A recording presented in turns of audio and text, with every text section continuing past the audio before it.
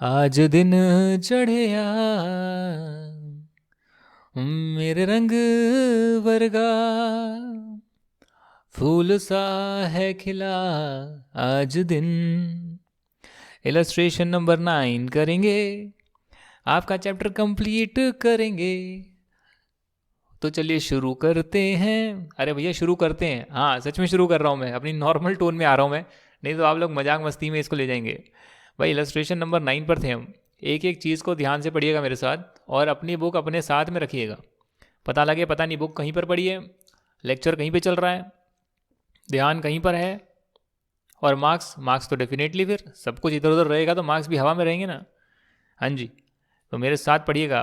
X limited contributes 20% of basic salary to the accounts of each employee under a pension scheme refer to in section number 80 CCD। ये जो section होता है 80 CCD, cafe coffee day, CCD सुना होगा ना, CCD होता है, हाँ जी। तो कैफ़े कॉफ़ी डे की बात कर रहे हैं हम, ये हम करेंगे डिडक्शन के चैप्टर में। अरे मजाक कर रहा हूँ, शॉर्ट फॉर्म में याद करवा रहा हूँ। कैफ़े कॉफ़ी डे सेक्शन जो है अलग होता है, ये पेंशन वाला होता है। डियरनेस अलाउंस है 40%, बेसिक सैलरी भी कुछ दे रखी है। आप इसको अभी नहीं कर सकते, आप इसको बाद में कर सकते हैं। आपकी जो बेसिक सैलरी आपने सभी इंप्लॉयज़ को दी है वो है 10 लाख रुपीज़, तो आप इसको पीनल में डालेंगे? जी यस, बिल्कुल डालेंगे। इस पर जो है 40% का डियरनेस अलाउंस है, क्या वो पीनल में डालेंगे? जी हाँ, बिल्कुल डालेंगे। उसके बाद आप जो कंट्रीब्यूशन करते हैं एम्प्लॉय को देने के बजाय, उसके ब्याह पर आप जो है एक पेंशन फंड में एम्प्लॉय का पैसा डालते हैं, तो आपका वो तो खर्चा हुआ ना। तो क्योंकि खर्चा हुआ इसके लिए आप उसको भी डेबिट कर सकते हैं, बट उसकी एक लिमिट है। और लिमिट क्या है भैया? 10% है, 10% बेसिक प्लस DA का। तो ये एक बात तो हमने यहीं पर पढ़ लिया, देखो कि जो एम्प्लॉयर है वो बेसिक प्लस DA का 10% ही डाल सकता है। परमिसेबल डिडक्शन जो है सेक्शन 36 में जो पेंशन की है वो है 10% ऑफ बेसिक प्लस DA, तो वो आपने यहाँ पे डाल दिया। भाई बेसिक प्लस DA मेरा था 14 लाख, उसका 10% है 1,40,000। मैंने पे करा बेसिक का 20%, तो बेसिक कितनी थी? 10 लाख, इसका 20% कितना आया? 2 लाख। मैंने कंट्रीब्यूट कितना करा? 2 लाख रुपीज़, पर मैं डेबिट कितना कर सकता हूँ? Up to 1,40,000। तो ये आप डेबिट करेंगे। जो एक्सेस डेबिट कर दिया वो डिसलाउ होएगा, और डिसलाउंस का जो सेक्शन है वो है सेक्शन 40A सब सेक्शन 9। याद करना है, अभी जैसे सेक्शन में आया तो अपन लोग इसको मार्क कर लेंगे ना कि भैया ठीक है, अगर एक्सेस कंट्रीब्यूशन कर दिया है एम्प्लॉयर ने तो उसको डिसअलाउंस का सेक्शन है 40A 9। तो अब आपने याद कर लिया, प्रोविजंस तो सारे याद कर लो, उसके सेक्शन नंबर जैसे जैसे क्वेश्चन में उनको याद कर लो, कौन कौन सी चीज़ें बार बार आ रही है, समझे आप? थोड़ा थोड़ा समझ गए हम, कुछ तो समझ गए हैं, कुछ समझना बाकी भी है। Illustration number 10। Delta Limited credited the following amounts to the account of resident pays in the month of March 21 without deduction of TDS tax at source. What would be the consequences of non-deduction of tax at source by Delta Limited on these amounts during the financial year 2021? Assuming that the resident pays in all the cases mentioned below have not paid the tax, and if any अगर होगा तो which was required to be deducted by Delta limited. भैया ऐसा क्यों लिखा हुआ है यहाँ पे? देखिए ये इसलिए लिखा हुआ है क्योंकि अगर आप टैक्स नहीं दे पाते पर सामने वाला टैक्स दे देता है, ये है पेयर, ये है पेई। पेई ने कोई सर्विस दी होगी, कुछ तो दिया होगा इसने, जिसके बदले इसको पेमेंट मिल रही है। 1 लाख रुपए की सर्विस दी, ये 1 लाख की पेमेंट से पहले जो है 10% या कई कई जगह पे 1%, कई कई जगह पे 2%, कई कई जगह पे 5%, TDS के चैप्टर में देखेंगे कितना परसेंट, वो डिडक्ट करने के बाद सामने वाले को पेमेंट करेगा। लेट्स से 10% डिडक्ट करा तो इसने 10,000 गवर्नमेंट को दे दी है। इसका खर्चा कितना हुआ? 90,000 इसको गया, 10,000 गवर्नमेंट को गया, इसका हो गया 1 लाख का खर्चा। क्योंकि ये जो टैक्स पे करा है ये इसका खुद का नहीं है, वो किसी और का है, किसी और को पेमेंट जानी थी, वो इसने गवर्नमेंट को दे दी है। इस व्यक्ति की भी इनकम 1 लाख रुपये मानी जाएगी, पर जब ये टैक्स निकालेगा तो उसमें माइनस कर लेगा कि भाई 10,000 तो मैं ऑलरेडी दे चुका हूँ, क्योंकि सामने वाले व्यक्ति ने मुझे वो कम पे करा और मेरे ब्याह पर गवर्नमेंट को जमा करा दिया। अच्छा, अगर ये डिडक्ट नहीं करता उस केस में ये P&L में डेबिट नहीं कर सकता।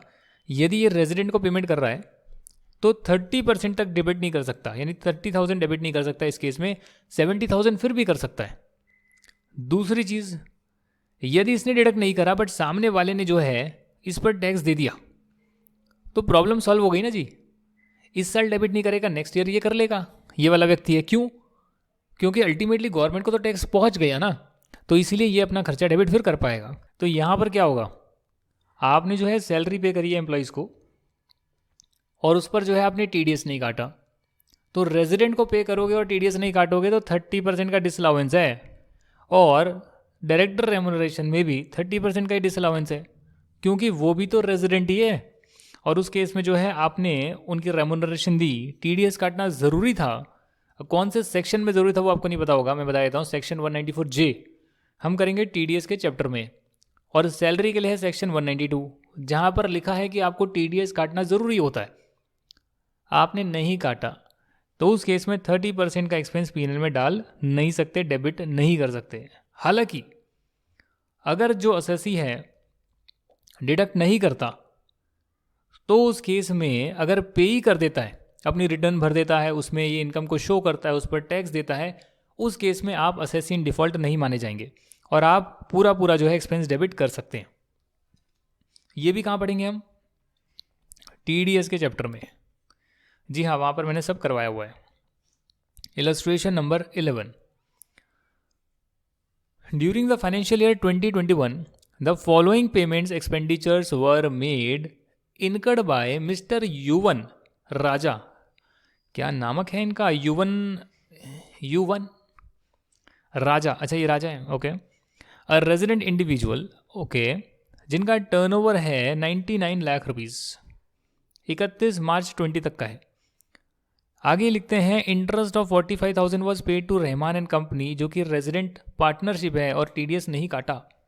3 लाख की सैलरी दी है रेजिडेंट इंडिविजुअल को और TDS नहीं काटा।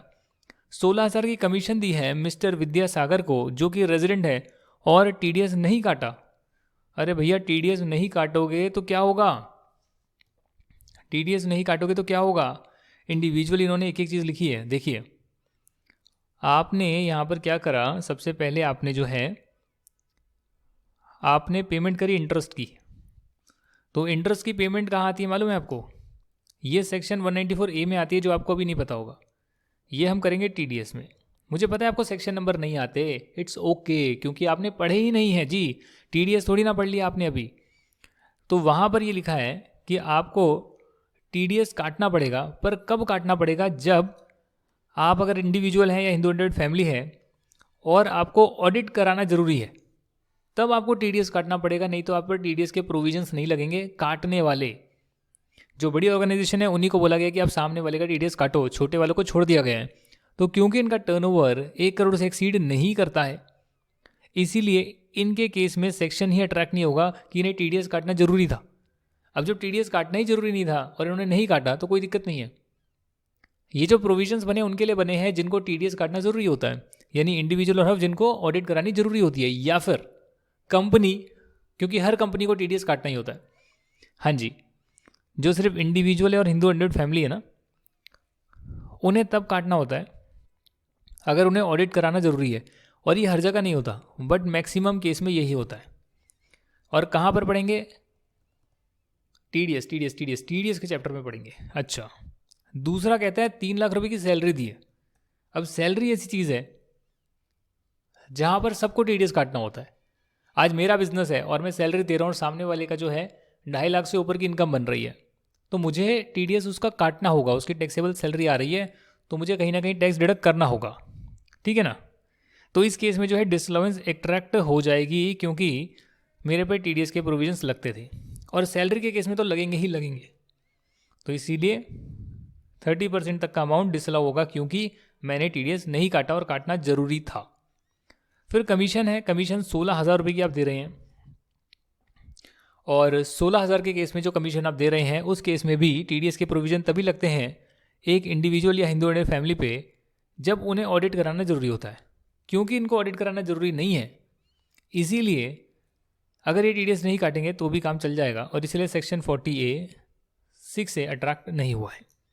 यहाँ पर एक और सेक्शन का वर्णन है, सेक्शन 194M और 194H। मतलब 194H कमीशन का होता है, बट 194M में भी कुछ बातें लिखी है, और वो भी हम TDS के चैप्टर में करेंगे, अभी आपको जानने की ज़रूरत नहीं है। ठीक है सर, यहाँ तक की बात तो हो गई है।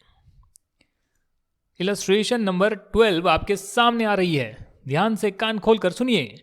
फर्म ने पे करा है 7,50,000 रेमुनरेशन, और रेमुनरेशन दी है अपने पार्टनर्स को प्रीवियस ईयर 2021 में in accordance with the partnership deed, और उनका बुक प्रॉफिट है 10 लाख रुपीज़ का। आप बताइए वो कितनी रेमुनरेशन दे सकते हैं? What is the remuneration allowable? पहले 3 लाख पर 90% और बाकी के जो है रिमेनिंग अमाउंट पे 60%, टोटल है 6,90,000, इतनी दे सकते हैं। इन्होंने दी है 7,50,000, तो कहीं ना कहीं आपको 60,000 की जो एक्सेस अमाउंट इन्होंने अगर डेबिट करी थी तो उसको डिसअलाउ करना पड़ेगा। बुक प्रॉफिट यहाँ पर निकाल कर दिए हैं, आपको निकालने की ज़रूरत नहीं है। इलस्ट्रेशन नंबर 13 है, क्या बोल दिया दोबारा से बता दो यार। भाई मैंने जो है जो बोला है ना, सेक्शन 40 क्लॉज बी को डिस्कस करा है, टैक्सेबिलिटी ऑफ फर्म। अगर आपको याद नहीं है तो दोबारा से पढ़कर आइएगा, ये आपका होमवर्क है, रिवाइज कर आइएगा आप। ओके, अब जो है यहाँ पर आ रहा है illustration number 13। Rao and Jain, a partnership firm consisting of 2 partners, reports a net profit of 7 lakh before deduction of the following items. मतलब कि उनका P&L कितना है 7 लाख रुपए का, पर उन्होंने ये डेबिट नहीं करा है, डिडक्शन नहीं ली है, जिसमें कि आती है salary 20,000 each per month, payable in 2 working partners, payable to 2 working partners of the firm as authorise by the deed of partnership. ठीक है, 20,000 रुपये कितना होता है आप देख सकते हैं, 20,000 मल्टीप्लाई बाय 12, ये हुआ एक का, ऐसे कितने हैं 2, तो मल्टीप्लाई कर लीजिए 40,000 12 महीने के हिसाब से 4.8 लाख रुपीज़ निकल कर आए हैं, जो ये पार्टनरशिप डीड के हिसाब से दे सकते हैं। ओके, डेप्रीशिएशन उन्होंने डेबिट करा है 1.5 लाख रुपए का, और सेक्शन 32 के हिसाब से करा है, कंप्यूट करके बिल्कुल सही किया है। इन्होंने इंटरेस्ट भी डेबिट करा है 15% का, और कैपिटल है 5 लाख रुपए की, जिस पर 15% का इन्होंने इंटरेस्ट निकाल कर डेबिट कर लिया है। अलाउड होता है 12%। तो आपको इस केस में बुक प्रॉफिट निकालने पड़ेंगे, इन्होंने निकाल कर नहीं दिए, इन्होंने कृपा नहीं करी है। पिछले क्वेश्चन में कृपा थी, इस क्वेश्चन में कृपा नहीं है। तो क्या करें भैया, खुद की मदद खुद करो। पहले नेट प्रॉफिट से शुरू करो, जो डेप्रिसिएशन माइनस कर चुके हैं वो माइनस करो डेप्रिसिएशन, क्योंकि इन्होंने ये कोई डिडक्शन नहीं ली है, और 12% का इंटरेस्ट भी माइनस करो, तो आपके पास बुक प्रॉफिट आएंगे। ये जो 7 लाख दिए हैं ना भाई, ये बिना माइनस करे दिए हैं। अगर माइनस किया होता तो मैं रिवर्स एडिशन करता, जो चीज़ अलाउड नहीं है उसको ऐड बैक करता बुक प्रॉफिट लाने के लिए। इन्होंने माइनस किया ही नहीं कुछ भी, तो मैं क्या माइनस कर रहा हूँ, जो अलाउड है। जैसे डेप्रिसिएशन माइनस करना अलाउड है, 12% तक का इंटरेस्ट अलाउड है, एक्सेस पोर्शन डिसअलाउड है, तो जो अलाउड है वही मैं माइनस कर रहा हूँ। और जो बुक प्रॉफिट है उस पर देख रहा हूँ कि पहले 3 लाख पर बनेगा 90% यानी 2,70,000, और बचे हुए 1,90,000 पर बनेगा 60%, जो कि आएगा 1,14,000। तो टोटल रेमुनरेशन आप दे सकते हैं 3,84,000 की, और आपने दी है 4,80,000 की। तो कहीं ना कहीं आपने ज़्यादा रेमुनरेशन जो है आपने पार्टनरशिप डीड में ऑथराइज करी है, पर जो हम इनकम टैक्स में कैलकुलेट कर रहे हैं उससे ज़्यादा तो नहीं हो सकती। तो इसीलिए आप कितनी रेमुनरेशन माइनस करेंगे, मैक्सिमम 3,84,000। एग्जाम्पल नंबर 9 नहीं, एग्जाम्पल नंबर 8 होमवर्क है, चलो मैं करा देता हूँ। If in respect of an expenditure 32,000 रुपये का है, जिसकी 4 कैश पेमेंट करी गई है 8,000 रुपये की, एक दिन किसको करी, मिस्टर वाई को 10 बजे, फिर करी 12 बजे, फिर करी 3 बजे, फिर करी 6 बजे। एंटायर एक्सपेंडिचर है 32,000 का, डिस अलाउ होएगा। क्यों? क्योंकि एक दिन में पेमेंट क्या है, एक्सीड हो गई है 10,000 से, और वो एक्सपेंडिचर भी क्या था, 10,000 से ज़्यादा का था। हाँ जी, इलस्ट्रेशन नंबर 14 देखते हैं। हरी एक इंडिविजुअल है, जो कि नाम से पता ही लग रहा है इंडिविजुअल है, कंपनी तो नहीं हो सकती। हरी कंपनी, हरी कंपनी ये कौन सी कंपनी होती है, हरी इंडिविजुअल है। Carried on the business of purchase and sale of agricultural commodities like paddy, wheat etcetera, खरीद बेच करते हैं इनकी। उन्होंने कुछ लोन बोरो करा है Andhra Pradesh state financial corporation से एंड इंडियन बैंक से, और इंटरेस्ट पे नहीं कर रही हैं। बहुत बुरी बात है सर, आपको अपना जो बकाया है वो टाइम पर देना चाहिए। आई थिंक मैं सही बोल रहा हूँ, अगर मेरी हिंदी सही है तो। Andhra Pradesh state financial corporation का 2 साल का 15 लाख रुपए का इंटरेस्ट नहीं दिया, और इंडियन बैंक का 2021 ईयर का यानी करंट ईयर का 30 लाख का इंटरेस्ट नहीं दिया है। इन दोनों बैंक ने सोचा भाई ये इंसान जो है ये मुझे इंटरेस्ट नहीं देगा, ये तो लोन भी नहीं देगा, इंटरेस्ट नहीं दे रहा तो लोन कहाँ देगा, तो इसके लोन को रीस्ट्रक्चर करना जरूरी है। रीस्ट्रक्चरिंग का मतलब होता है कि आप ज़्यादा पेमेंट नहीं कर पा रहे हैं, तो एक काम करते हैं, हम आपका ड्यूरेशन बढ़ा देते हैं, इंटरेस्ट को कम कर देते हैं, कम दे दो, आपकी फाइनेंशियल कंडीशन अच्छी नहीं है तो हम उसके हिसाब से लोन को रीस्ट्रक्चर करते हैं, क्योंकि पूरा तो जाने नहीं दे सकते ना कि बंदा नहीं दे पा रहा, चलो डूब गए पैसे, बैंक डूबने देगा अपने पैसे, वो उसको रीस्ट्रक्चर करेगा। क्योंकि 100 लोगों को देते हैं तो भाई उसमें से 40-50 लोग खराब होते ही हैं, मतलब पैसा नहीं आता है, तो वहाँ पे रीस्ट्रक्चरिंग की ज़रूरत होती है। तो इसीलिए यहाँ पर आप रीस्ट्रक्चरिंग कर रहे हैं, कन्वर्ट कर रहे हैं अबव इंटरेस्ट को 60 इक्वल इंस्टॉलमेंट्स में, इंटरेस्ट को कन्वर्ट कर रहे हैं लोन में, और बोल रहे हैं कि जो इंटरेस्ट है उसका एक नया लोन बना देते हैं और उसको धीरे धीरे पे कर देना।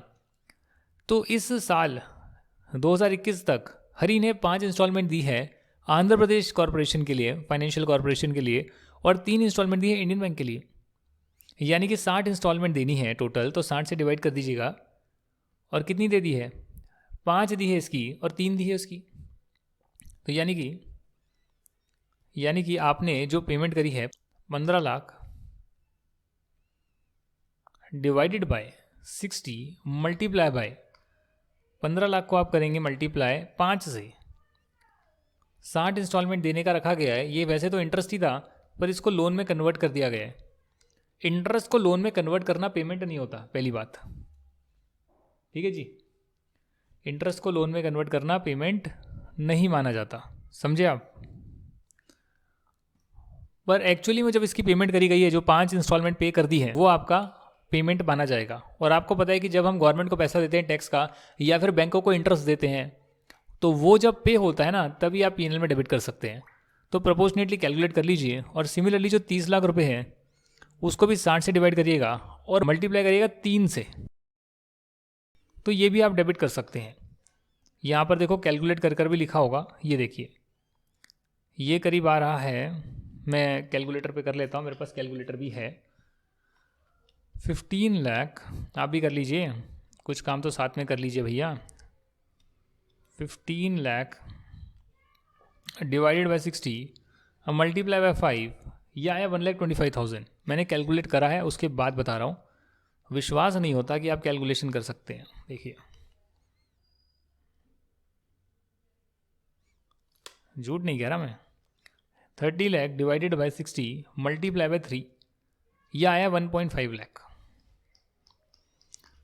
अब यही चीज़ तो यहाँ पर भी गिवन है, देख लीजिए।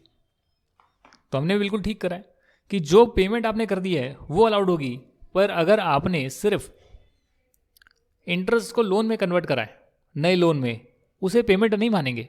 और ये ऐसी चीज़ है जो पेमेंट बेसिस पर अलाउड होती है, ये मैं आपको ऑलरेडी करा चुका हूँ। ये वाली जो चीज़ है इनकम फ्रॉम अदर सोर्सेज के चैप्टर के साथ करेंगे। आगे बढ़ते हैं।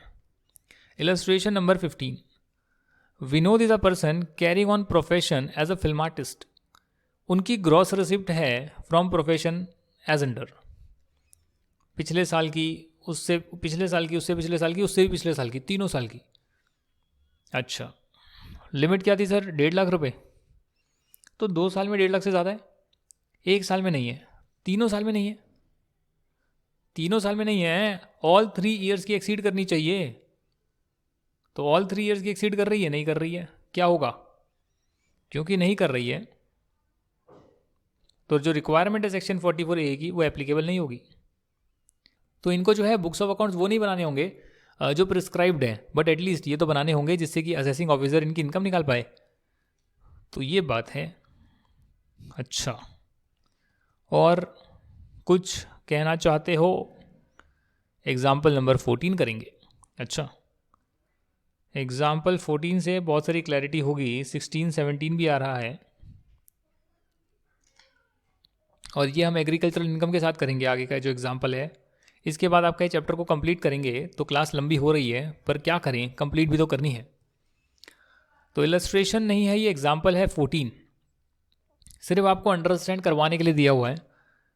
मिस्टर ए जो कि एक इंडिविजुअल हैं, ये रिटेल ट्रेड बिजनेस कर रहे हैं जिनका टर्नओवर 2 करोड़ से एक्सीड नहीं करता।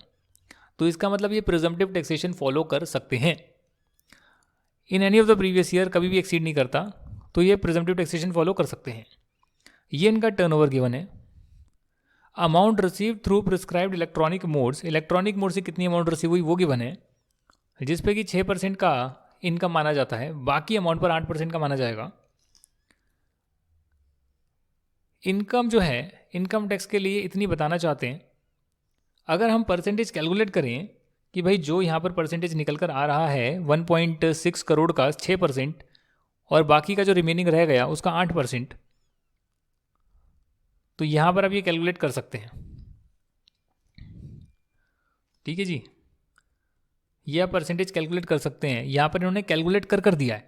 देखिए मैं दोबारा से कैलकुलेट कर रहा हूँ। 1,60,00,000 का 6%, तो ये करीब करीब आ रहा है 9,60,000, और 20 लाख का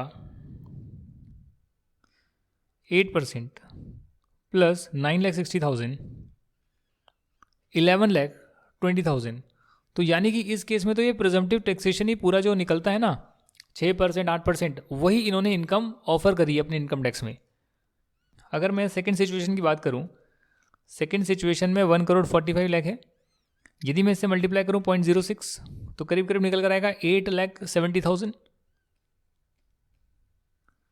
और बाकी जो रिमेनिंग 45 लाख रह गया उस पर अगर मैं 0.08 करूं तो आएगा 3,60,000। तो 3,60,000 प्लस 8,70,000 आएगा 12,30,000। तो ये भी प्रिजम्पटिव टैक्सेशन के हिसाब से फॉलो कर रहे हैं। यहाँ पर अगर मैं देखूँ तो इनका टर्नओवर एग्जैक्टली 2 करोड़ है, एक्सीड अभी भी नहीं करता है। पर यहाँ पर जब मैं देखता हूँ कि ये 10 लाख रुपीज़ ऑफर कर रहे हैं अपनी इनकम, तो वो टर्नओवर यानी 2 करोड़ का सिर्फ 5% है।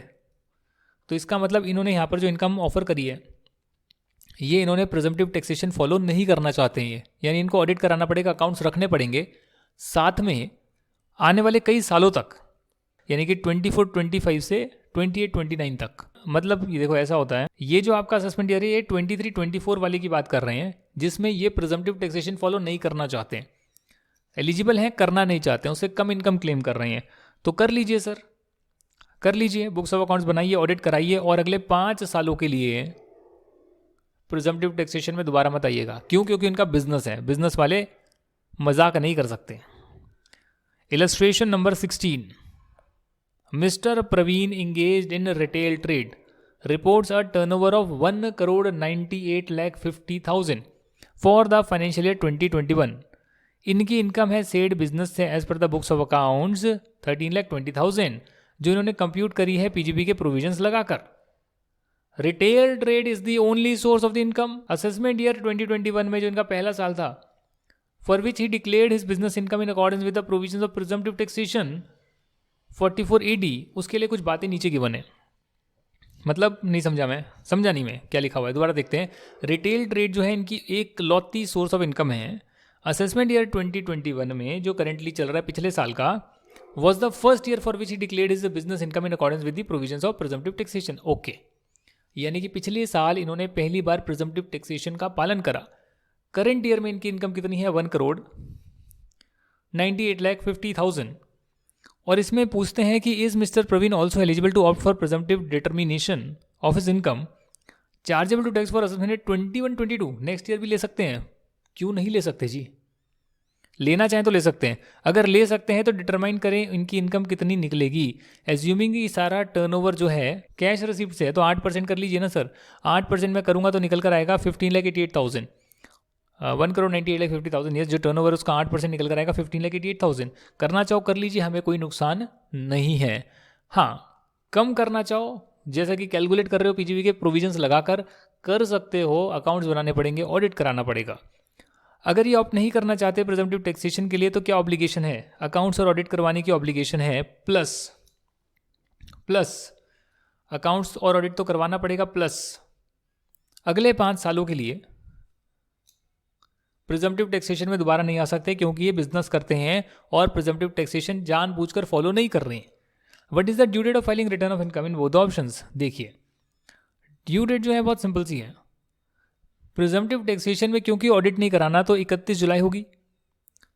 आपका ईयर खत्म हुआ 2021 का, तो उसके बाद जो 31 जुलाई आ रही है वो होगी आपकी due date of filing ITR. अगर आप ऑडिट करवा रहे हैं तब होगी 31 अक्टूबर आपकी आईटीआर की डेट। अच्छा, समझा, इतना तो मैं समझ गया। ओके, क्या ये क्वेश्चन हमने करा हुआ है क्या? Gross vehicle weight, number of vehicle, date of purchase. भाई नहीं करा तो कर लेते हैं। मिस्टर एक्स ने कमेंट्स करा है अपना बिजनेस, गुड्स व्हीकल ऑपरेट कर रहा है, ये व्हीकल्स इसने परचेज करे हैं।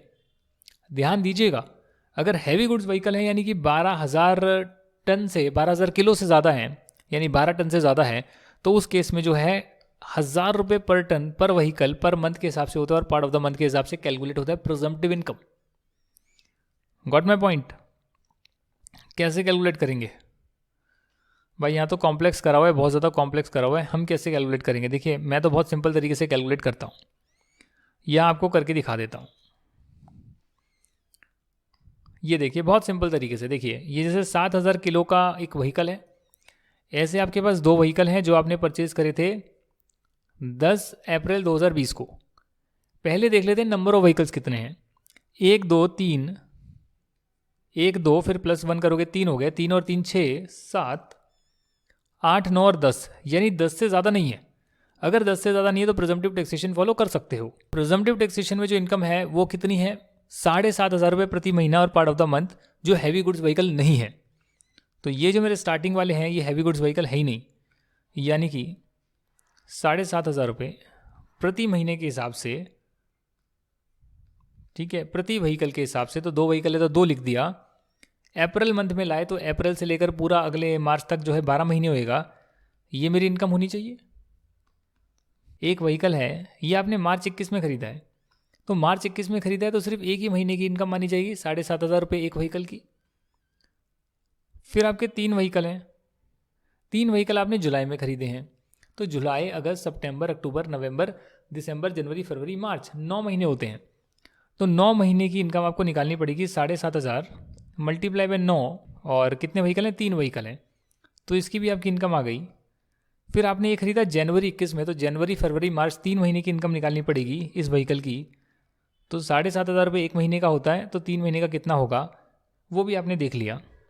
अब है आपका टन वाला हिसाब, क्योंकि 12,000 किलो से ज़्यादा है तो ये आपका हो गया हैवी गुड्स व्हीकल, यानी ये 15 टन है और ऐसे 2 व्हीकल्स हैं। प्रति टन जो है 1,000 रुपये हम मल्टीप्लाई करते हैं, और कितने महीने का मल्टीप्लाई करेंगे? अगस्त से। तो अगस्त सितंबर अक्टूबर नवंबर दिसंबर जनवरी फरवरी मार्च, 8 महीने होते हैं, तो 8 से मैं मल्टीप्लाई कर दूंगा, 8 से मैं मल्टीप्लाई कर दूंगा, जी हाँ। अगेन ये आपके पास एक व्हीकल आ रहा है 15 टन का, 1,000 रुपये पर व्हीकल पर टन के हिसाब से होता है। फेब्रवरी में आप ले रहे हैं तो फेब्रवरी और मार्च ये 2 महीने हो गए, तो यहाँ आप इक्वल टू डाल देंगे जी, यहाँ आप इक्वल टू डाल देंगे। देखिए क्या क्या आ रहा है, सबका टोटल करते हैं। 7,500 मल्टीप्लाई बाय 2 मल्टीप्लाई बाय 12, ये आपका आ गया 1,80,000। 7,500 रुपये मल्टीप्लाई बाय 9 मल्टीप्लाई बाय 3, ये आपका आ गया 2025 00 7500 मल्टीप्लाई बाय 3, एक व्हीकल है 3 महीने का। अच्छा 22,500, 15 multiply by 2 multiply by 1,000 multiply by 8, 2,40,000। 15 multiply by 1,000 multiply by 2 30,000।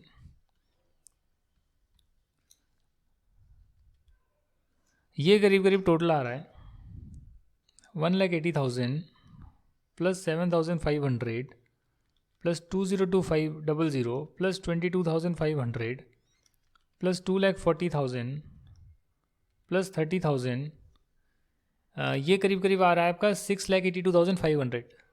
Sir आप तो देख कर पढ़ रहे हो। अरे भाई टोटल भी किया है यार मैंने, टोटल भी किया है, 6,82,500 टोटल भी किया है, यही आ रहा है। वहाँ भी यही लिखा हुआ है, ये चेक कर लिया। उनका करने का तरीका अलग है, पता नहीं अजीब सा मल्टीप्लाई डिवीजन करा है, पता नहीं क्या करा है, समझ नहीं आ रहा। हमने तो बिल्कुल सीधा सीधा किया है। देखो जो रूल कहता है उस हिसाब से हमने एक एक व्हीकल का, एक एक कैटेगरी का हमने प्रिजम्पटिव इनकम निकाल ली है ना। तो इसमें तो कोई दिक्कत ही नहीं है। ये जो है आपका एग्रीकल्चरल इनकम के साथ होगा, अभी आप ये नहीं कर सकते हैं। और इसी के साथ आपका चैप्टर हो गया है। चैप्टर के जो पीछे के क्वेश्चन आंसर्स हैं वो भी डिस्कस करेंगे डेफिनेटली, बताने की ज़रूरत नहीं है, बट रिक्वेस्ट करता हूँ कि एक बार आप जो है खुद से भी ट्राई ज़रूर करिएगा।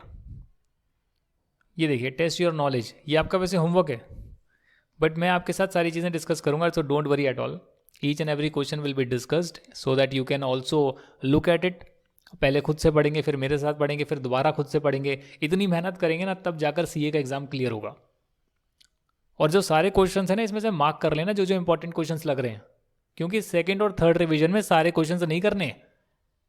कम से कम आपको जो है 30% तक ही करने हैं। कम से कम कह रहा हूँ मैं, ज़्यादा से ज़्यादा कह रहा हूँ। 30-40% से ज़्यादा क्वेश्चन दोबारा ट्राई नहीं करने। एक बार सारे पढ़ लिए, उसमें से इंपॉर्टेंट क्वेश्चंस मार्क कर लिए कि भाई नेक्स्ट रीडिंग में इनको ही देखूंगा। उनमें से भी जो है कुछ क्वेश्चंस को स्टार डाल लिया कि भाई इसमें मेरे सारे प्रोविजंस कवर होते हैं, ये बड़ा टिपिकल क्वेश्चन है तो ये मेरे को बार बार देखना पड़ेगा। 30-40% तो करने ही है बार बार। जब भी देखोगे उन्हीं को देखोगे, बाकियों को इग्नोर कर दोगे, क्योंकि वो प्रोविजंस की सीधी सीधी एप्लीकेशन है। या उस टाइप का एक क्वेश्चन आपने मार्क कर लिया तो सेम टाइप का बार बार मार्क नहीं कर रहे आप। आपको पता है मुझे प्रोविजंस पता है, वो तो सीधा सीधा लग रहा है, कर लेंगे। तो ऐसे दिमाग लगाना पड़ेगा, स्मार्ट वर्क करना पड़ेगा, ताकि नेक्स्ट रीडिंग में सिर्फ इंपॉर्टेंट चीज़ों पर फोकस किया जाए और प्रोविजंस तो सारे पढ़े जाएं, क्योंकि नोट्स में तो आपको कोई कॉम्प्रोमाइज़ नहीं करना है। That includes everything, right. तो ठीक है, फिर नेक्स्ट वीडियो में जो है टेस्ट योर नॉलेज पर डिस्कशन करेंगे, जो कि फिर बहुत बड़ा है। 2 क्लास बड़ी आराम से इसमें जाएगी। और उसके बाद मैं कह सकता हूँ हाँ भाई, सबसे जो है मेरा जो भार है, जो सबसे इंपॉर्टेंट चैप्टर है वो निकल चुका है। अब तो बस छोटे छोटे चैप्टर बाकी हैं, उन्हें भी हम कर लेंगे। Thank you for watching this video. Stay tuned. जय हिंद एंड बाय बाय।